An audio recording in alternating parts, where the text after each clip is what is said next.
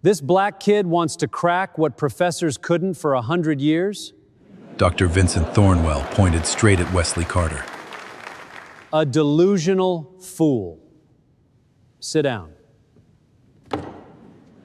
This is a place for serious minds, not charity cases with pathetic fantasies. The crowd roared. A voice from the back. Go back to Southside! Wesley stood still. I can solve it. Thornwell marched down, snatched the notebook from Wesley's hands, and ripped it in half. Shut your mouth and sit down, you little punk. You keep pushing me, I will throw you out of this lecture hall myself. He shoved the torn pieces into Wesley's chest. Wesley looked at the torn pages on the floor, then back at Thornwell. He didn't sit down. But what Thornwell didn't know was that he was about to watch his 22-year career collapse, erased by the very boy he just humiliated. Crazy right, but to understand what just happened, we need to go back to where Wesley came from. Southside Chicago. The kind of neighborhood where sirens replaced birdsong and corner stores had more bulletproof glass than windows. Wesley Carter lived on the 4th floor of a building that should have been condemned 3 years ago. 1 bedroom, 1 bathroom, cracked walls that let the winter in, a heater that gave up every February, and a kitchen table that doubled as a desk, a dining room, and the only flat surface in the apartment that wasn't falling apart. He shared it with one person, Grandma Lorene, 71 years old, retired elementary school teacher, hands thick and calloused from decades of work that had nothing to do with teaching. She wore the same floral dress most days, a white apron over it, and a thin silver chain with a small cross that never left her neck. Her reading glasses, cheap plastic frames, slid down her nose every few minutes. She pushed them back up without thinking. She had been doing it for 30 years. Every morning, Lorene Carter woke up at 4. Not because she wanted to, because she had to. She cleaned office buildings downtown 3 floors 5 days a week so Wesley could buy textbooks. She caught the first bus while the streets were still dark. She came home smelling like bleach and floor polish. She cooked dinner. She checked Wesley's homework every night, sitting across from him at that kitchen table, squinting through those plastic glasses at equations she hadn't understood in years. She never said she was tired. Not once. Wesley did his part. He studied. Every night after Lorene went to bed, he sat on the floor because the table was too small for his papers, and worked through problems from library books. He couldn't afford notebooks, so he wrote on the back of grocery flyers, the ones that came under the door every Tuesday. Buy one, get one deals on one side, differential equations on the other. He was good at math, not just good, the kind of good that made teachers uncomfortable, the kind that made them check twice because they assumed he'd cheated. He hadn't. He just saw things differently, patterns that weren't obvious, shortcuts that weren't in the textbook, connections between ideas that shouldn't have been connected. By the time he was 17, he had read every math book in the Southside Public Library, all of them, twice. And on the wall above his side of the bed, the side without the water stain, Wesley had taped a single piece of paper. On it, written in his own handwriting, were 2 words, the Ashford conjecture. He had found it in a used textbook, page 212, a footnote, a problem posed in 1923 that no one had ever solved. The footnote said it was considered impossible. Wesley read that word, impossible, and something shifted behind his eyes. He didn't tell Lorene about it. She would have worried. She would have said, "Baby, you've got enough on your plate." And she would have been right. But every night after the homework was done and the flyers were used up, Wesley stared at that piece of paper on the wall. He didn't try to solve it. Not yet. He just stared at it the way a climber stares at a mountain before the first step.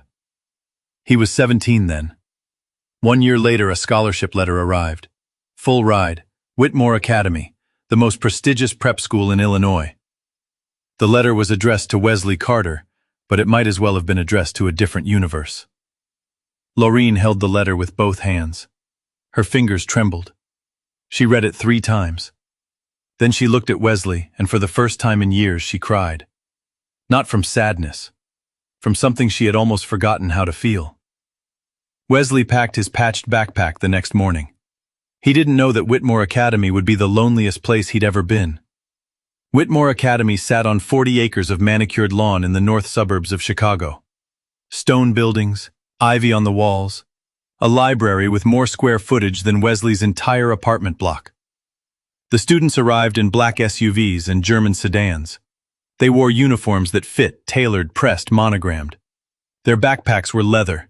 Their laptops were new. Their shoes had never seen a cracked sidewalk. Wesley arrived on a city bus, transferred twice, 90 minutes each way. His uniform was second-hand, donated. The blazer hung past his wrists, the pants pooled at his ankles. He rolled the cuffs, but they unrolled by second period. His backpack was canvas patched with duct tape on one side, the zipper broken on the other. He carried it on one shoulder, because the left strap was held together with a safety pin. The first day he walked into the main hall and every head turned. Not because he was new, because he was obvious. A group of students near the entrance looked him up and down. One of them leaned to another and whispered something. They both laughed. Wesley kept walking. He found his locker. It was next to a boy wearing a watch that cost more than Lorene made in 3 months. The boy glanced at Wesley's shoes, 2 different colored laces, soles worn flat, and moved his bag to the other side of the bench without a word. Lunchtime was worse. Wesley sat alone in the corner of the cafeteria. He pulled out a brown paper bag. Inside, a peanut butter sandwich cut diagonal the way Lorene always did it. An apple. A napkin with a note in Lorene's handwriting. Proud of you, baby. Around him, students loaded trays from a buffet that served grilled salmon and Caesar salad. $15 a plate. Charged to their parents' accounts. Nobody sat with Wesley. Not that day, not the next, not for the first 3 weeks. But in the classroom, something was different. Wesley didn't have a laptop. He wrote everything by hand while 30 other students typed. His pen moved faster than their keyboards. When teachers posed questions, the room went quiet. Nobody volunteered. Wesley's hand went up. Every time. Calm, steady, correct. In AP Calculus, the teacher put a problem on the board that was meant to take 20 minutes. Wesley finished in 4. The teacher checked it, then checked it again, then looked at Wesley over the top of her glasses as if she was seeing him for the first time. In physics, he corrected a formula in the textbook. The teacher argued. Wesley showed his work. The teacher stopped arguing. In statistics, he solved a bonus problem that the teacher admitted she had never seen a student solve before. Word traveled. Not the kind of word that earns respect, the kind that earns resentment. The rich kids didn't like being outperformed by the scholarship kid from Southside. The teachers didn't know what to do with a student who was smarter than half of them and poorer than all of them. Wesley didn't notice. Or maybe he did and he just didn't care. He had one focus, one reason he was here, and it wasn't to make friends. Every night back in that one-bedroom apartment, he taped new notes next to the piece of paper on the wall. The Ashford conjecture. He was circling it now, getting closer, not solving it not yet, but learning the shape of it, the edges, the places where other mathematicians had hit walls. He was mapping the impossible. And then, in his 4th week at Whitmore, Wesley walked into a classroom and met the man who would try to destroy him. His name was Dr. Vincent Thornwell, and he had been waiting 22 years for someone to hate. Dr. Vincent Thornwell had rules, unspoken but absolute. Rule 1, he was the smartest person in every room he entered. Rule 2, no one questioned him. Rule 3, if rules 1 and 2 were broken, the person responsible would regret it. He had been head of Whitmore's mathematics department for 14 years. Before that, 8 years as a tenured professor. Before that, a PhD from Princeton that he mentioned in every lecture, every faculty meeting, every casual conversation in the hallway. He wore 3-piece suits always, even in August, gold-rimmed glasses, a pocket watch on a chain, hair slicked back without a strand out of place. He walked with his hands clasped behind his back, chin tilted upward the way a man walks when he believes the ground beneath him exists for his benefit. His students feared him. His colleagues tolerated him. The administration protected him because his name brought funding. Nobody liked him. And Thornwell did not care. What Thornwell cared about, what he had cared about for 22 years, was the Ashford conjecture. He had built his entire academic identity around it, published 9 papers on partial approaches, delivered keynotes at 3 international conferences, told every incoming class that he was on the verge of a breakthrough. He wasn't. He hadn't made real progress in over a decade, but admitting that would mean admitting that 22 years of his life had been wasted. So he kept publishing, kept presenting, kept telling everyone he was close. And then Wesley Carter walked into his advanced calculus class. The first 3 weeks were fine. Wesley sat in the back, took notes by hand, never spoke. Thornwell didn't notice him. He didn't notice most students. They were furniture. Week 4. Thornwell was midway through a proof one he had used for 11 years, one that no student had ever questioned. He wrote the 3rd step on the board, turned to the class and asked if there were questions. Routine. Rhetorical. Wesley raised his hand. The sign is wrong in step 3. It should be negative, not positive. The inequality flips when you divide by a negative coefficient. The room went still. Thornwell stared at the board, then at Wesley, then back at the board. Wesley was right. Thornwell erased the step, rewrote it, said nothing, moved on. But his hand was shaking when he picked the chalk back up, and for the rest of the lecture, he didn't look at Wesley once. That afternoon, Thornwell pulled up Wesley's file. Scholarship student, Southside Chicago, single guardian household, grandmother, no parents listed. From that day, the war began. Thornwell graded Wesley's next exam perfect work. Clean logic, every answer correct, and gave him a 71. When Wesley asked why, Thornwell said, lack of rigor. He didn't explain further. He graded the next exam the same way, and the next. In faculty meetings, Thornwell referred to Wesley as our charity case. He told colleagues that accepting students on financial hardship scholarships was lowering the intellectual standard of the institution. He said it loud enough for the hallway to hear. In class, he stopped calling on Wesley. When Wesley raised his hand, Thornwell looked past him. When Wesley answered anyway, Thornwell cut him off. I didn't ask you. The other students noticed. Some felt uncomfortable. Most followed Thornwell's lead. If the most powerful man in the department treated Wesley like dirt, it was easier to do the same. Wesley said nothing. He took the unfair grades. He endured the silence. He sat in the back of the class and kept solving problems that Thornwell couldn't. But at night, in that one-bedroom apartment, something had changed. Wesley wasn't just staring at the Ashford conjecture anymore. He had started writing in a notebook, a thick one, hardcover.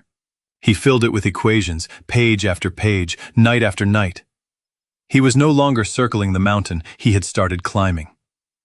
And Thornwell had no idea. Nah, this is sick. Imagine you're 18, broke, completely alone, and this grown man is trying to destroy you because you might be smarter than him. 22 years he's been stuck, and now a kid from Southside shows up? Put yourself in Wesley's shoes right now. What would you do? In 1923, a British mathematician named Arthur Ashford published a paper, 14 pages, clean typesetting. Modest title: On the Combinatorial Structures of Finite Algebraic Systems. At the bottom of page 11, he posed a question. A conjecture. He believed it was true but couldn't prove it. He wrote, I leave this to sharper minds than mine should they arise. They didn't. Over the next 100 years, more than 200 mathematicians attempted the Ashford conjecture. Some of the greatest minds in the field. Fields Medal laureates. Department heads from Cambridge, MIT, Stanford, the Sorbonne. They published partial results. They built frameworks. They wrote papers that chipped away at the edges. None of them solved it. The problem was elegant. That was part of the cruelty. It looked simple on the surface, a relationship between combinatorial structures and algebraic invariants that seemed like it should have a clean proof. Every mathematician who looked at it thought, I can see the answer. I just need to reach it. They reached for 100 years. The answer stayed out of reach. Whitmore Academy had a particular connection to the conjecture. In 1981, the school's mathematics department had established the Ashford Prize, $50,000 awarded to anyone who could produce a verified proof. It was meant as a prestige play, a signal that Whitmore took mathematics seriously.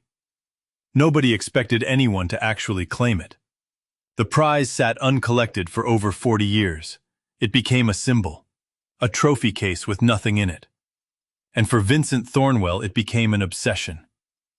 He had discovered the conjecture as a graduate student. He had spent 22 years, the bulk of his entire career, trying to solve it. 9 published papers, dozens of conference talks, hundreds of pages of notes locked in his office. Every approach he tried led to the same place, close, but not there. The conjecture had made him famous. It had also hollowed him out. Because deep down in the place where ego met truth, Thornwell knew. He wasn't going to solve it, not this year, not ever, but he would never say that, not to his colleagues, not to his students, and certainly not to the 18-year-old kid from Southside who sat in the back of his classroom with a notebook full of equations that Thornwell had never seen before. Wesley had been working on the Ashford conjecture for 3 months, alone, in silence, on the floor of a one-bedroom apartment while his grandmother slept 10 feet away. He didn't use Thornwell's methods. He didn't use anyone's methods. The published approaches all attacked the problem from the algebraic side, forcing the combinatorial structures to behave like algebra. Wesley did the opposite. He came at it through graph theory. He treated the algebraic invariants as nodes in a network and mapped the combinatorial relationships as edges. Nobody had tried that. In 100 years, nobody had even suggested it. And 3 months in, Wesley had seen something. A pattern. A thread that connected everything. He wasn't done yet. The proof needed more work, more rigor, more steps, but the path was there, clear as a highway. He wrote it all in that notebook, every night, every page, the same notebook that in 6 days Vincent Thornwell would rip in half. The annual Whitmore Mathematics Symposium was the department's crown jewel. 400 seats, faculty, graduate students, visiting scholars, and a handful of undergraduates who came because attendance counted toward extra credit. The grand lecture hall had tiered seating, oak paneling, and a stage with a single podium. Behind the podium, a whiteboard the size of a wall. Above the whiteboard, carved into the oak, Veritas per numeros, truth through numbers. Vincent Thornwell lived for this day. Every year he delivered the keynote. Every year he stood at that podium in his 3-piece suit, pocket watch gleaming under the overhead lights, and talked about the Ashford conjecture as if he were the only person in the world qualified to discuss it. He spoke for 90 minutes. He showed slides of his published work. He dropped names, Fields Medal winners he had corresponded with, conferences where he had presented, journals that had published his papers. The audience listened because they had to. The faculty listened because he was their boss. The students listened because they were afraid not to. This year was no different. Thornwell stood at the podium, adjusted his gold-rimmed glasses, and began. He walked the audience through the history. Arthur Ashford, the 1923 paper, the 100 Years of Failure. He lingered on each failed attempt, the way a man lingers over the defeats of others, to make his own seem less complete. He named the mathematicians who had tried. He described their approaches. He explained in careful detail why each one fell short. He did not mention that his own approach had also fallen short. 9 times. 30 minutes in, he paused. He removed his glasses. He placed them on the podium with a soft click. He looked out at the audience, 400 faces, quiet, attentive, and he smiled. The kind of smile that expects applause. I want to say something that I have never said publicly before. The room tightened. A few students sat up straighter. I have spent 22 years of my career on this problem. 22 years. That is longer than most of you have been alive. He paused, let it land, scanned the front rows. And I am closer now than anyone has ever been. Murmurs. A few nods from faculty who had heard this before but still played along. But today I want to do something different. He picked up his glasses again, put them on, looked out at the room with the expression of a man about to make a generous offer he fully expected no one to accept. I challenge anyone in this room, student, faculty, visiting, scholar, anyone, who believes they can solve the Ashford conjecture to stand up. Right now, right here. He spread his arms wide, his voice carried to the last row. Stand up, and I will personally give you full access to the department's research facilities for 6 months. My word, in front of 400 witnesses. Silence. The kind of silence that has weight. The kind that presses down on the chest and makes people stare at their own hands. 400 people, and not one of them moved. Not one of them breathed loudly enough to hear. 5 seconds, 10 seconds, 15. Faculty members glanced at each other. A visiting professor from Northwestern studied his shoes. 2 graduate students in the 3rd row exchanged a look that said, "Don't even think about it." 20 seconds. Thornwell's smile widened. This was the part he enjoyed. The silence was his proof. Nobody stood because nobody could. And if nobody could, then he was still the closest. Still the king of a mountain no one else dared climb. He opened his mouth to continue, and then in the 14th row, a chair scraped against the floor. Wesley Carter stood up. He didn't raise his hand.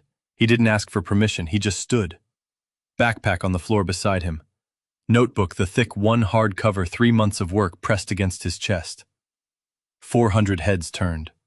Thornwell's smile froze.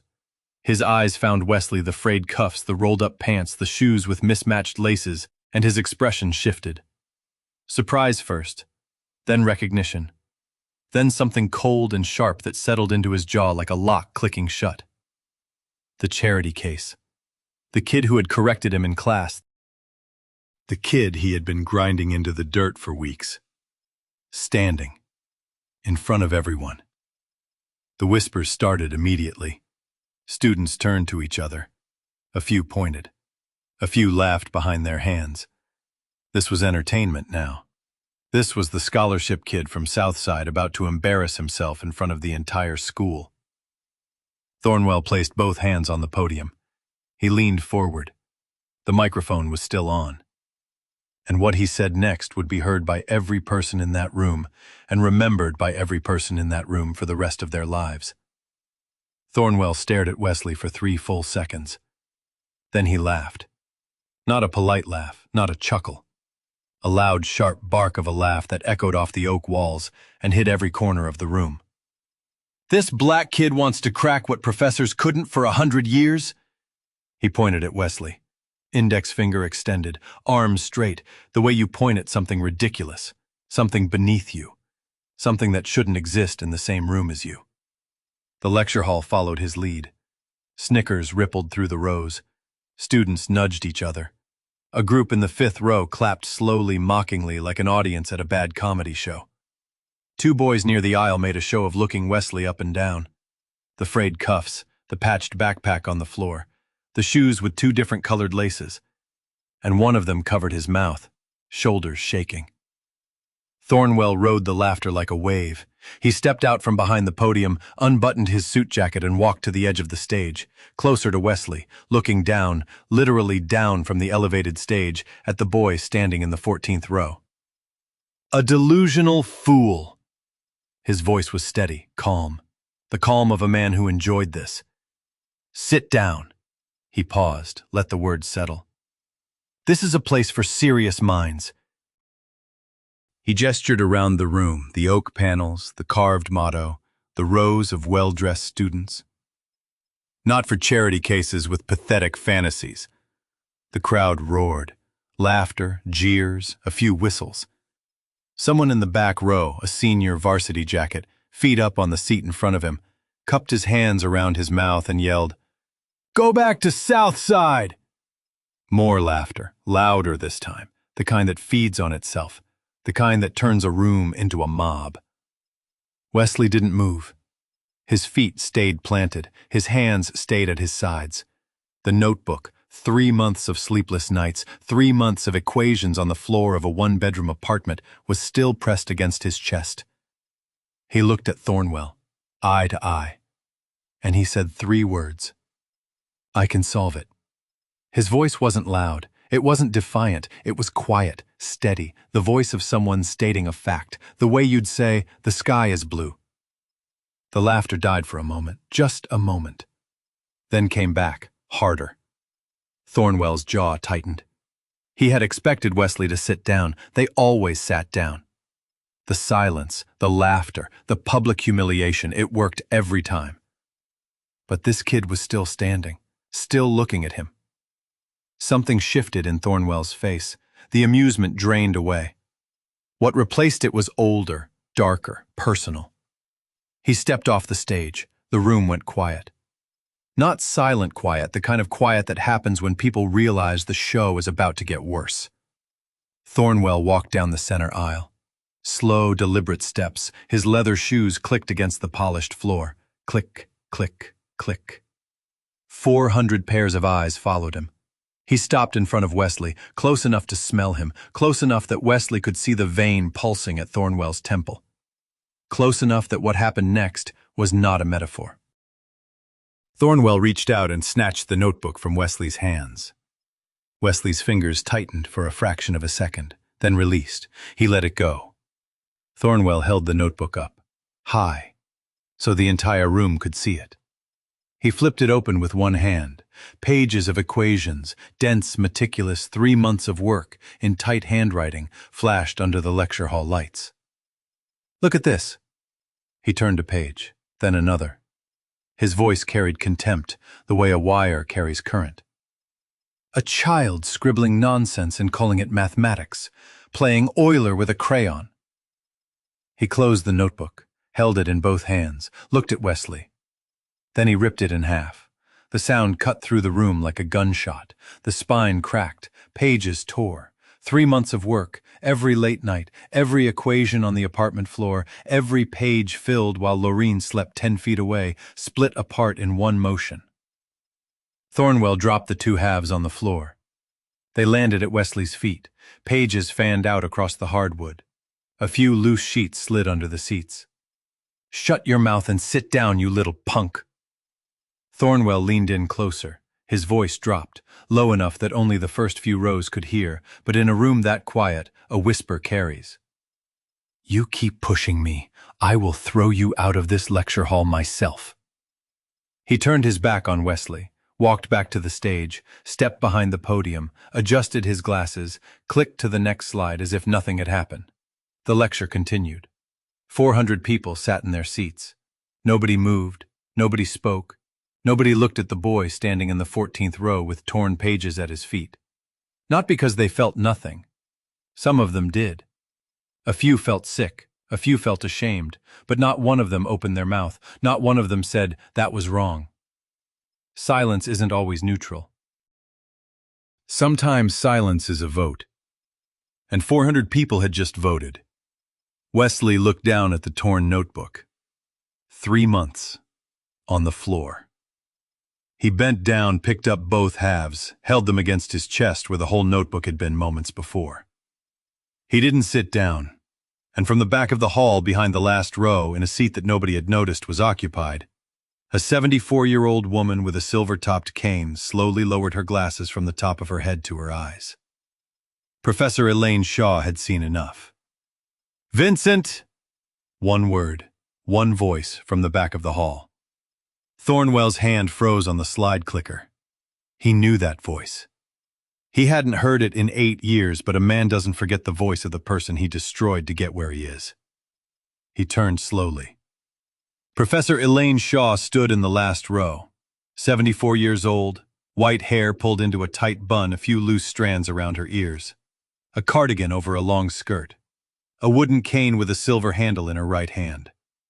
She looked small. She looked old. She looked like someone's grandmother who had wandered into the wrong room. She was none of those things. Elaine Shaw had been the head of Whitmore's mathematics department for 12 years before Thornwell. She had published more papers than he had. She had been invited to more conferences than he could name. And she had come closer to solving the Ashford conjecture than any living mathematician. A partial proof in 1997 that the entire field had called the most promising approach in 70 years. Then Thornwell happened. Internal politics, budget disputes he manufactured, a tenure committee he stacked with allies. By 2016, Shaw was pushed out, forced into early retirement. She left without a fight, not because she couldn't fight, but because she was tired of fighting people who fought dirty. She hadn't set foot in Whitmore in 8 years. Until today. Shaw stepped into the center aisle. Her cane tapped against the floor in a slow, steady rhythm. Tap, tap, tap. 400 heads turned to follow her. She didn't look at any of them. She looked only at Thornwell. She stopped halfway down the aisle, close enough that he could see her eyes behind her reading glasses, clear, sharp. The eyes of a woman who had spent 50 years in rooms full of men who underestimated her and had outlasted every single one. You made a challenge. Her voice was not loud. It didn't need to be. The room was holding its breath. A public challenge, in front of 400 people. Thornwell's grip on the podium tightened. This young man accepted. That is exactly what you asked for. She tilted her head slightly. Or was the challenge only valid if nobody took it? Murmurs. A few faculty members exchanged glances. 2 students in the front row leaned forward. Thornwell's mouth opened. Nothing came out.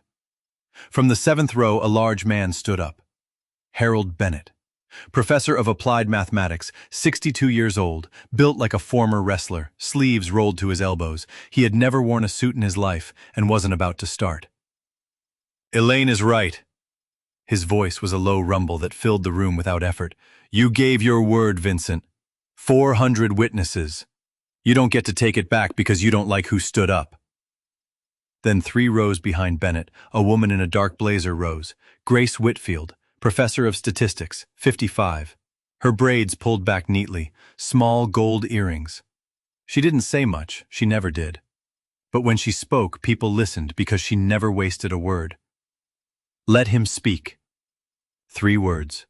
That was all she said.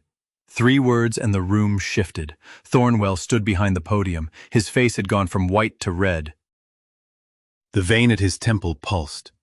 He looked at Shaw, at Bennett, at Whitfield, at the 400 faces watching him like a jury.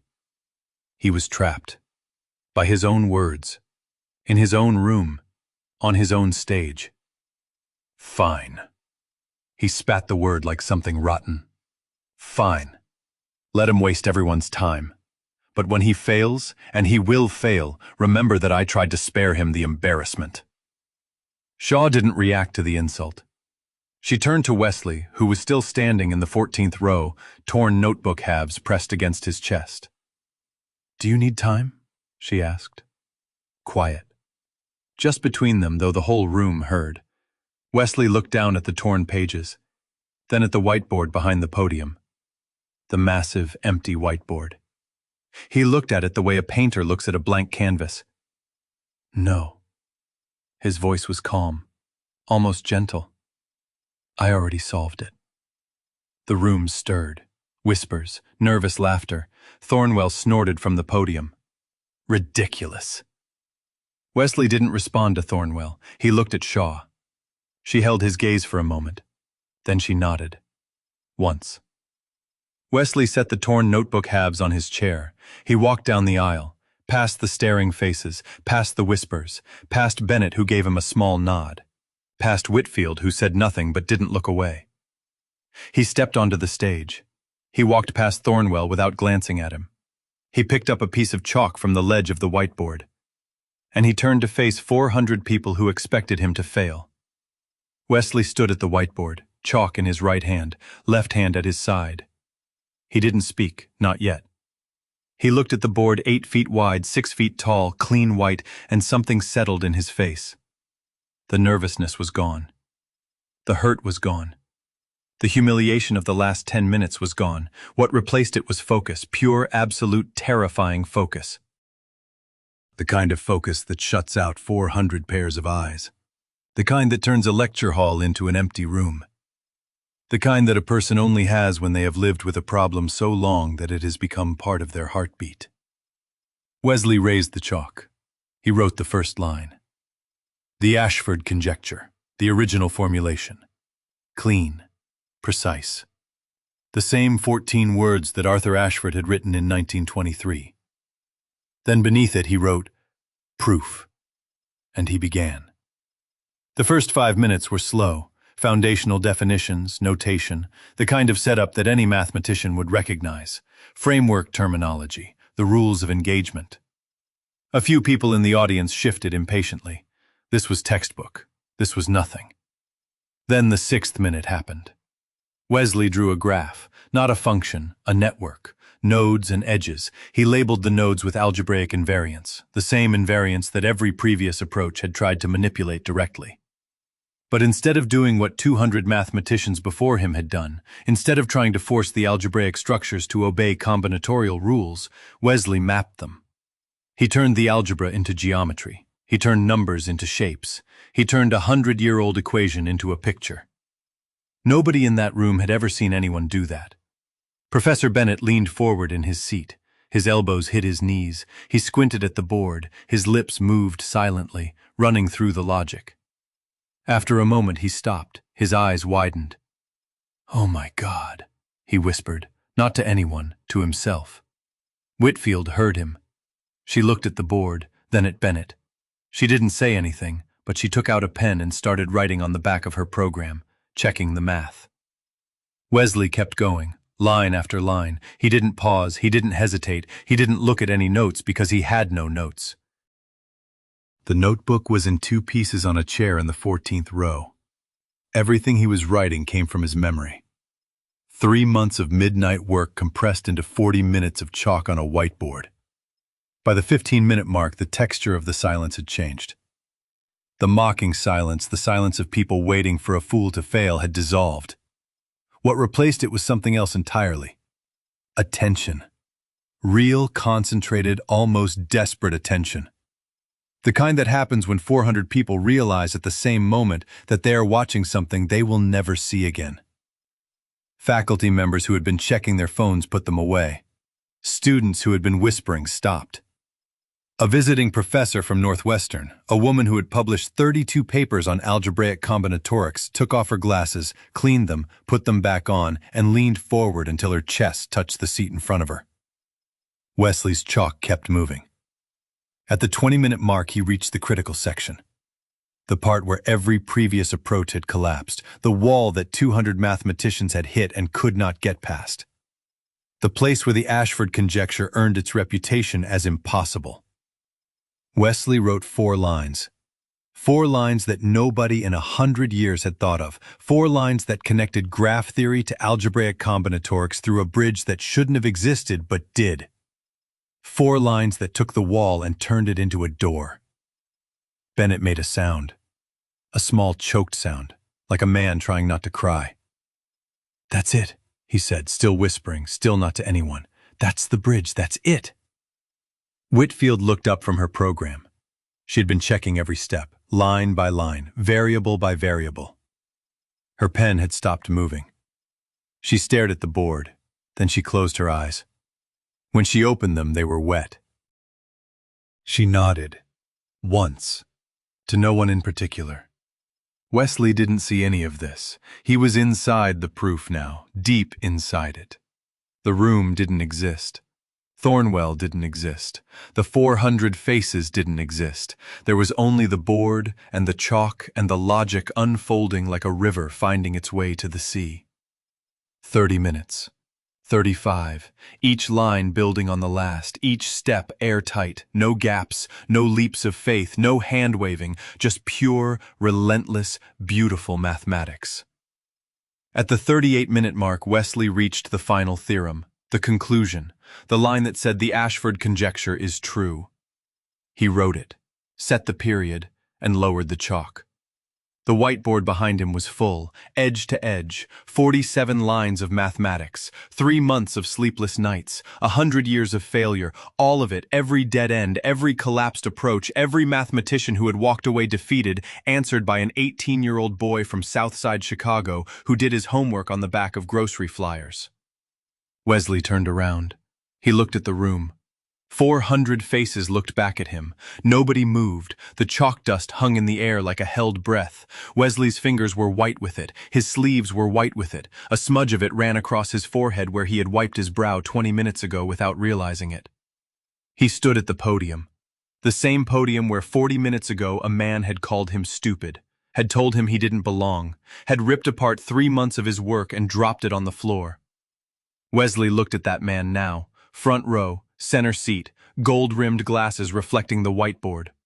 Thornwell hadn't moved in 38 minutes. His hands still gripped the armrests. His face was the color of old paper. His mouth was slightly open. He looked like a man watching his own house burn down from across the street. 22 years. 9 papers. 3 keynotes. A career built on a problem he told everyone he was about to solve. An 18-year-old had just solved it in front of him. From memory, with nothing but a piece of chalk. Wesley said nothing. He set the chalk on the podium ledge. He stepped back. And then he looked at Shaw. Shaw rose from her seat, slowly, the way she did everything, deliberate, unhurried, certain. She walked down the aisle, tap, tap, tap. The cane on the hardwood floor was the only sound in the room. 400 people watched her the way they would watch a judge approaching a verdict. She reached the stage. She didn't take the steps. Bennett was already there, extending a hand. She waved him off, climbed them herself, one at a time, took her position in front of the whiteboard. She pulled her reading glasses down from the top of her head, settled them on her nose, and she began to read. Line 1. She traced it with her finger, nodded. Line 2, nodded again. Line 3. She paused, leaned closer, murmured something under her breath, then nodded. She moved through the proof the way a watchmaker examines a mechanism, every gear, every spring, every connection. She did not rush. She did not skip. She checked the notation. She checked the logic. She checked the transitions between steps. Behind her, Bennett had come up the other side of the stage. He stood to her left, reading the section on graph theory. His arms were crossed. His jaw was set. Every few seconds he uncrossed his arms, pointed at a line and crossed them again. His face cycled through the same expression on repeat: disbelief, verification, disbelief again. Whitfield came up last. She stood to Shaw's right. She held her program, the back of it now covered in her own handwriting, and compared her calculations to Wesley's line by line. Her pen moved, stopped, moved again. Stopped. Wesley stood to the side of the stage, hands at his sides, chalk dust on his fingers, his sleeves, his forehead. He watched them the way a defendant watches a jury still silent, trying not to breathe too loudly. 2 minutes passed. 3. 5. Shaw finished the last line. She lowered her glasses. She looked at Bennett. Bennett looked at Whitfield. Whitfield closed her eyes, opened them, gave one nod. Bennett exhaled. It sounded like a man who had been holding his breath underwater. He turned to Shaw and said nothing. He didn't need to. She already knew. Shaw turned to face the audience, 400 people staring back at her. She removed her glasses, held them in one hand. Her voice, when it came, carried a tremor, not weakness, emotion. The proof is correct. She paused. Every step, every transition, every logical inference. She looked at the whiteboard. 47 lines, edge to edge. It is complete, it is rigorous, and it is correct. One breath of silence, then a single pair of hands clapped, slow, from somewhere in the middle of the hall. Another pair joined, then 3 more, then 10, then the room broke. 400 people rose to their feet. The applause wasn't polite, it was violent. It crashed against the oak walls like a wave against rock. People stamped their feet, people shouted. The visiting professor from Northwestern stood on her chair. 2 students in the back row were crying. They didn't know why, but they were crying. Standing ovation, the kind that doesn't stop. Bennett stepped forward and shook Wesley's hand. He held it for too long. His grip was iron. His eyes were red. "You brilliant kid," he said. "You brilliant, brilliant kid." Whitfield put her hand on Wesley's shoulder. She squeezed once, said nothing. That was enough. And in the front row center seat, Dr. Vincent Thornwell sat completely still. He did not stand. He did not clap. His hands gripped the armrests the way they had gripped them for the last 38 minutes. His knuckles were white. His face was gray. His eyes were fixed on the whiteboard, behind Wesley 47 lines of mathematics that he had spent 22 years trying to write. Written by the boy he had called stupid. The boy whose notebook he had ripped in half. The boy he had told to shut his mouth and sit down. The applause continued around him, above him, over him, 400 people standing, one man sitting. Wesley didn't look at Thornwell. Not once. He looked down at the first row until he found Shaw. She was still on the stage, still holding her glasses, still standing by the board. She met his eyes, and she said something so quiet that only he could hear. "You did it, son." Wesley's composure cracked for the first time. His chin dipped, his eyes shone. He pressed his lips together hard. Then he nodded. Once. The news broke within hours, not from Whitmore's communications office, not from a press release, from a cell phone video. A shaky vertical recording filmed by a student in the 8th row. 2 minutes and 14 seconds. Wesley at the whiteboard, the final lines, Shaw's voice, "The proof is correct." The eruption. It went viral before midnight, 3 million views by morning, 8 million by the end of the week. The title on every share, 18-year-old solves 100-year math problem in front of professor who humiliated him. The Annals of Mathematics, the most prestigious journal in the field, reached out within 48 hours. Wesley's proof was submitted peer-reviewed by a panel of 7 and accepted in record time. They named it Carter's Proof. It was published in full, 52 pages, the youngest author in the journal's 140-year history. Whitmore Academy's Board of Trustees launched an investigation within the week. Not into Wesley, into Thornwell. Faculty members came forward, some who had stayed silent for years. Stories piled up. Grade manipulation, targeted harassment, discriminatory language documented in emails, a pattern that stretched back over a decade. Dr. Vincent Thornwell was removed from his position as department head. His tenure was suspended pending a full review. He was banned from teaching for 3 years. He released no public statement. His office was cleared on a Tuesday afternoon while classes were in session, so nobody would see him carry out his boxes. The Ashford Prize, $50,000 uncollected for 41 years, was awarded to Wesley Carter in a ceremony at Whitmore's Grand Lecture Hall. The same room, the same podium, the same whiteboard still showing faint traces of chalk that the cleaning crew hadn't fully erased. Wesley accepted the check. He didn't keep it. He donated every cent, all $50,000. He used it to establish a scholarship fund for students from low-income neighborhoods in Southside Chicago. He named it the Lorene Carter Scholarship Fund. When asked why, he said, "She woke up at 4 in the morning every day so I could be here. The least I can do is make sure the next kid doesn't have to." MIT offered admission. Princeton offered admission. Both full scholarships, both with research positions attached. Wesley chose MIT. He enrolled that fall. Professor Elaine Shaw returned to Whitmore as an advisory board member. Her first recommendation was a complete overhaul of the department's scholarship program. It was approved unanimously. Professor Bennett was appointed interim department head. His first act was to hang a framed copy of Carter's proof in the faculty lounge, directly above the spot where Thornwell's portrait had been. Professor Whitfield didn't make any speeches. She quietly updated her Statistics 301 syllabus to include a new case study, Carter's bridge graph theory applications in algebraic combinatorics. She never told Wesley. He found out when a student sent him a photo of the syllabus 2 years later. And Grandma Lorene, She sat in the front row at the award ceremony. Same floral dress, same white apron. No, not the apron.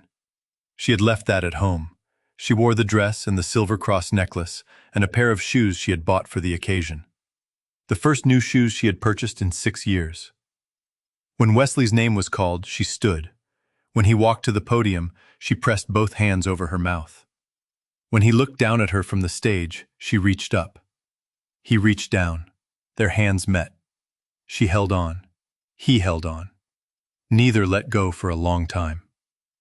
If this story hit you, if you felt something drop, a comment, what would you have done if you were Wesley, standing in that 14th row? Share this with someone who needs to hear it today. And if you haven't already, subscribe. Because stories like this one, they deserve to be told. This makes me furious. 400 people sat there and watched. Nobody said a single word. Imagine you're in that room. You see everything happen. Would you stand up? Would you say something? Because they didn't. Think about that.